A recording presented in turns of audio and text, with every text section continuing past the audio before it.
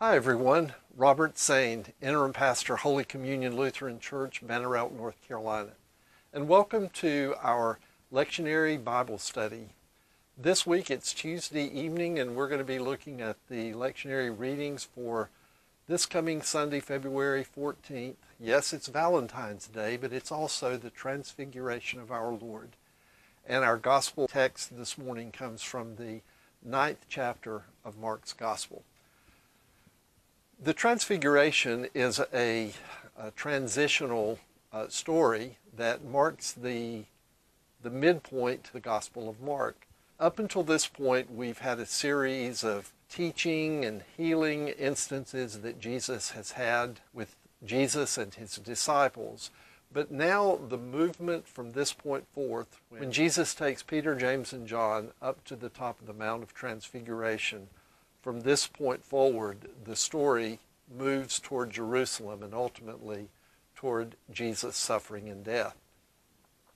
It also provides a midpoint in what I would call the trio of instances where Jesus predicts his passion, beginning back in the 8th chapter when Peter acknowledges that Jesus is the Messiah, the Son of God, and then whereupon Jesus says to Peter that he will go to Jerusalem and suffer and die.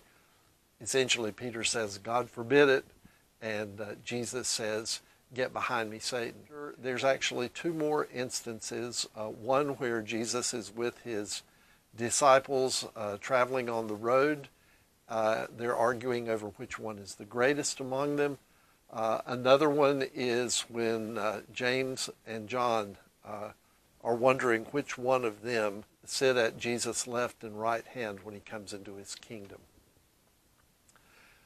So from this movement, we see a glimpse, a prelude, so to speak, of what's going to happen as the gospel unfolds. And of course, there's the motif of secrecy within the Gospel of Mark.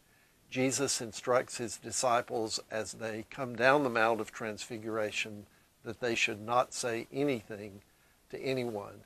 And then, of course, while they're on the Mount of Transfiguration, they see Jesus standing there with Elijah and Moses. If you think about those characters in the Old Testament, when Moses was near the end of his life, and if you remember, because of sin, Moses was not allowed to enter into the Promised Land. But when it was getting close to the end of his life, God instructed Moses to train the next generation, and that was Joshua, who would lead the people into the Promised Land.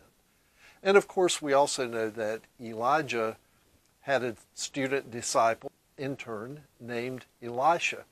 And there were preparations before Elijah was taken up to heaven in a chariot. This is not just Moses with the law and Elijah with the prophets, but these are two characters, two individuals who are here with Jesus on this mountaintop, telling their story of what they were facing at the end of their life here on earth and what they were called to do. And primarily that was to instruct their followers, which is what Jesus will do. Of course, in the Gospel of Mark, we know that these disciples really never fully comprehend who Jesus is, what type of Messiah he is, until, well, actually, that never ever takes place in Mark's Gospel. The original ending of Mark's Gospel ends at verse 8, chapter 16, where the women who've come to the tomb, they leave in fear and they say nothing to anyone. There's also the voice that the disciples hear, the voice of God announcing, "This is my beloved Son, listen to him."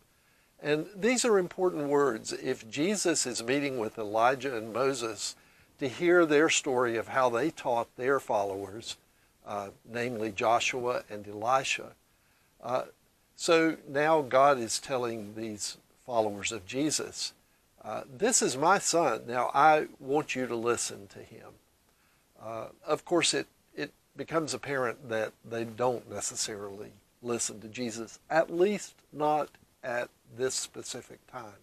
So this is the end of the Epiphany season, and next week on Wednesday the 17th, Lent begins with Ash Wednesday, and our movement then becomes decidedly toward the cross that will await Jesus in Jerusalem on what we call Good Friday. Hope you'll consider joining us for Bible study. We do this every Tuesday night on Zoom. If you're interested, there's an email link in the description of this video. Click on that link, send me an email, and tell me that you would like to be a part of our Bible study, and I will send you the link to the Zoom meeting. Hope everyone has a great evening, and look forward to seeing you next time. Bye-bye.